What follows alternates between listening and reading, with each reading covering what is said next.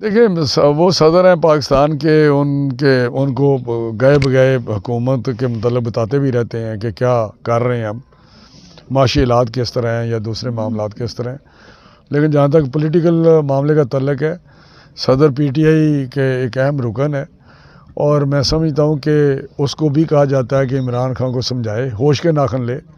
اگر عمران خان میں ذرا بر بھی پاکستانیت ہو، پاکستان کے ساتھ مخلص ہو، پاکستان کا خیر خواہی چاہتا ہو، تو یہ جو اس نے تماشا لگایا ہوا ہے اس کو بند کر دینا چاہیے. آپ کو پتہ جب جنگ ہو تو ساری اپوزیشن سارے مل کے چل پڑتے ہیں، لیکن آج یہ معاشی ہماری جنگ ہے، معاشی ہماری بقا کی جنگ ہے. تو میں سمجھتا ہوں کہ آج عمران خان کی کوشش ہے کہ پاکستان اور نیچے کے نیچے طرف جائے، پاکستان معاشی طور پہ ڈوبتا جائے، اور یہ ایک پاگل آدمی کی سوچ ہو سکتی ہے، کسی بھی پارٹی کے سربراہ کی یا کسی سیاسی بندے کی نہیں ہو سکتی. لیکن اللہ اس کو ہدایت دے، اللہ کرے کہ اس کا صدر بھی علوی بھی اسے سمجھا سکے. لیکن میرا حال ہے اس کو نہ وہ باپ کے کہنے پہ تھا، نہ وہ کسی اور کے کہنے میں ہے. اس کا ایک اپنا ایجنڈا ہے، اس پہ چل رہا ہے. اور آج میں نے سنا ہے اس کی ٹانگ ٹھیک ہو گئی، اب اس کو باہر نکلنا چاہیے. میں کے پی کے اور پنجاب اسمبلی، میں تو اپنی پارٹی میں کہتا ہوں کہ ان کو توڑنے دیں، کیونکہ یہ خاص کام جہاں پاک اگر یہ گندی حکومتیں جو اس وقت پرویز الہی کی حکومت ہے یا محمود خان کی حکومت ہے، یہ گندی اس لیے حکومتیں ہیں کہ کرپشن میں سر سے پاؤں تک دنسی ہوئی ہیں، رات دن پیسے اکٹھے کر رہے ہیں، دیہڑیاں لگا رہے ہیں، اور تباہ کر دیا پنجاب کو، اور ساتھ گورننس کا یہ حال ہے. تو اگر یہ جاتے ہیں تو میرا لوگوں کی زندگی میں بہتری ڈیفینیٹلی آئے گی. میں آپ کو بتا سکتا ہوں آج جرائم عروج پہ ہیں، چاہے آپ کا ضلع ہو یا پورا پنجاب ہو. ایک تماشا لگایا ہوا ہے انہوں نے، کہیں بھی ہمیں نظر نہیں آتا کہ کوئی امن ہو یا کسی قانون کی عملداری ہو. آج قانون بے بس ہے، اور بلکہ ادارے بھی بے بس ہے، پولیس ان کے سامنے بے بس ہے. کوئی ان کے کنٹرول میں پولیس چاہے بھی کام کرنا تو کرنے نہیں دیتے. آپ کے یہاں جو علاقہ ہے یا آپ کے جو پی ٹی آئی کے لوگ ہیں، مجھے بتائیں انہوں نے یہ 4 سال میں جب پنجاب اور مرکز ان کے پاس تھا کیا کیا ہے؟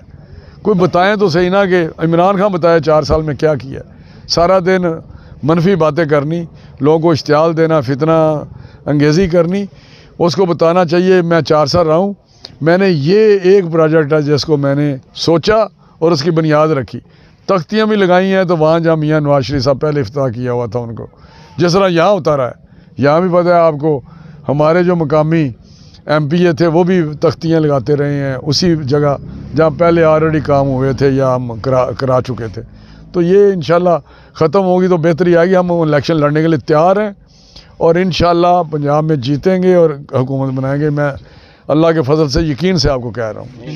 یہ جو آپ نے بات کی ہے بالکل ٹھیک بات کی ہے. پہلے جو دور ہمارا رہا ہے وہ ترقی کا دور تھا، خدمت کا دور تھا میاں نواز شریف صاحب، میاں شہباز شریف صاحب کا.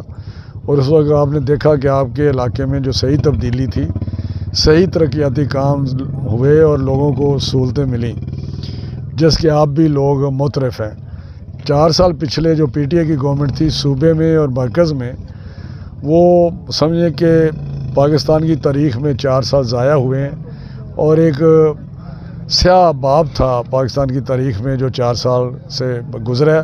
اور ابھی بھی پنجاب میں جو حکومت ہے اس کے ذریعے بھی لوگوں کے تک وہ سہولتیں نہیں مل رہی جو ملنی چاہیے. کیوں بنیادی طور پہ یہ کام صوبے کا ہے ترقیاتی کام کرنے. کیونکہ میں آپ کو یہاں بتانا چاہتا ہوں کہ مرکز کے پاس تو اس قسم کے وسائل نہیں ہوتے جو بڑی مشکل سے، کیوں شہباز صاحب ترقی پہ، ترقیاتی کاموں پہ اور خدمت پہ بہت فوکس کرتے ہیں، یقین رکھتے ہیں لوگوں کی خدمت کی جائے، لوگوں کو ریلیف ملے. اس سلسلے میں انہوں نے بڑی مشکل سے اپنے سورسز سے جو ذرائع ہیں ہمارے مرکز کے پاس پیسے نکالے ہیں. لیکن یہاں ہمارا جو جس کو ترقیاتی پروگرام کہتے ہیں وہ اس وقت 800 ارب کا ہے پاکستان کا، اور صرف جو پنجاب کا ہے وہ 760 ارب کا ہے. آپ ایسے اندازہ کریں کہ پورے صوبوں کی ملائیں تو 1500 ارب بن جاتا ہے.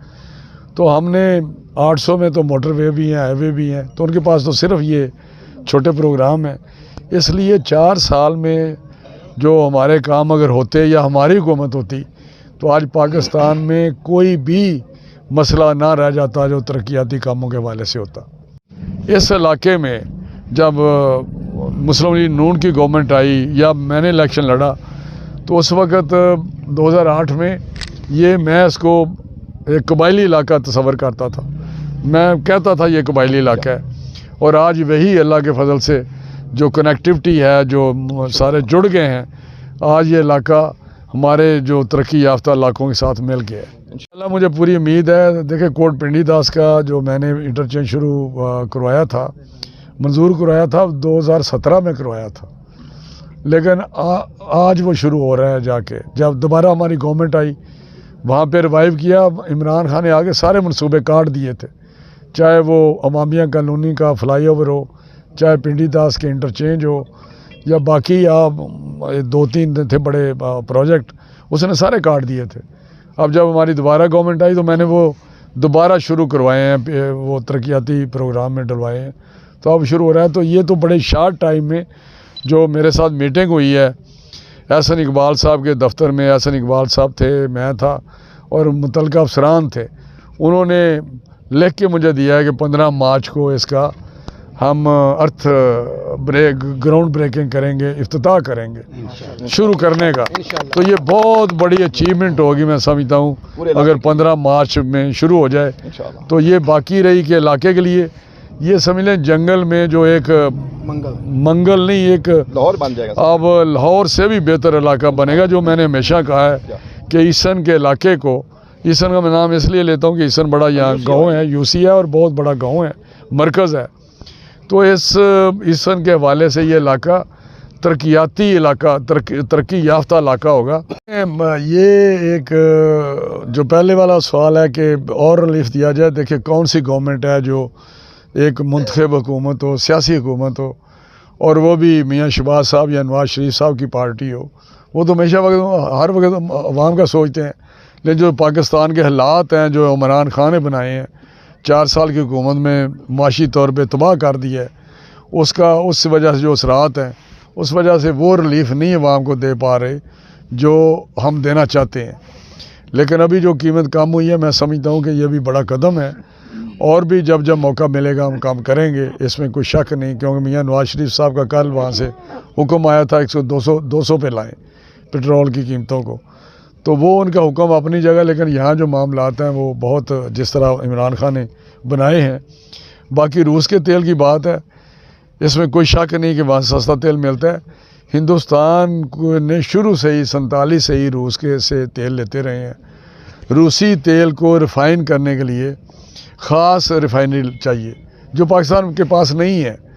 باقی ریفائنری ہے ہمارے پاس، سعودی عرب کا تیل ہے یا دوسرے جو تیل منگواتے ہیں، یہاں پہ ریفائنری ہے، اس کا فارمولا ہے یا جو اس کی قسم ہے تیل کی، اس کے لیے ہمارے پاس فیسلٹی ہے۔